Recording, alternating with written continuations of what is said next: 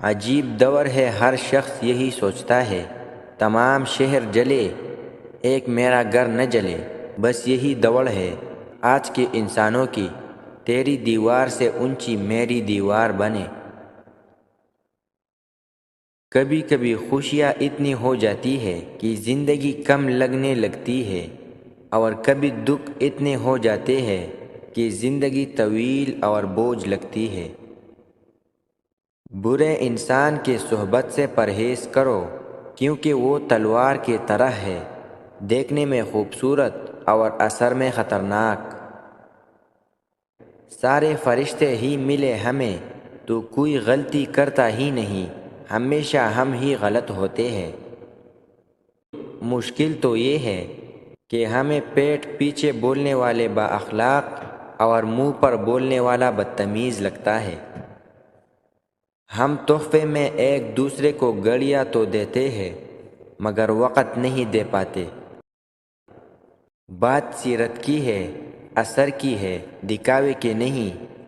دکھنے میں تو تیزاب بھی پانی جیسا ہے۔ یہ جو لوگ ساتھ بیٹھ کے ہنستے ہیں، وہی سانپ کی طرح ڈستے ہیں۔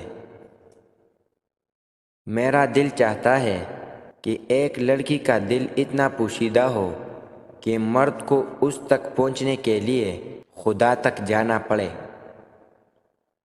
ہتھیاروں سے جنگ تو جیتی جا سکتی ہے، مگر دل نہیں، دل تو کردار سے جیتے جاتے ہیں۔ خزاں کے گرتے پتوں کو حقیر مت سمجھنا، کیونکہ انہی پتوں کے گرنے سے بہار آتی ہے۔ دشمن گھر میں آ جائے یا دوست گھر سے چلا جائے، دونوں حالتوں میں مصیبت ہے۔ محبت چاہے کتنی سچی اور گہری کیوں نہ ہو، اگر بزدل شخص سے ہو جائے تو ادھوری رہتی ہے۔ اگر کوئی عورت خوبصورت بننا چاہتی ہے تو یہ 3 چیزیں روزانہ کھایا کرے۔ نمبر 1، پالک کا زیادہ استعمال۔ نمبر 2، لیموں کا رس۔ نمبر 3، بند گوبھی۔ مطلبی زمانہ ہے، نفرتوں کا قہر ہے، یہ دنیا دکھاتی تو شہد ہے، مگر پلاتی زہر ہے۔ روزی اگر عقل سے حاصل کی جائے تو دنیا کے سارے بیوقوف بھوکے مر جائیں گے۔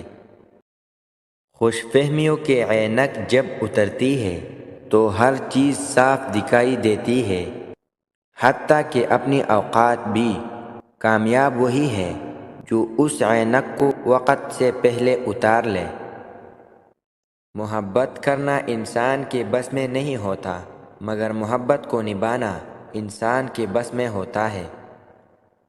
ہر کسی کو آپ کے بارے میں سب کچھ جاننے کا کوئی حق نہیں۔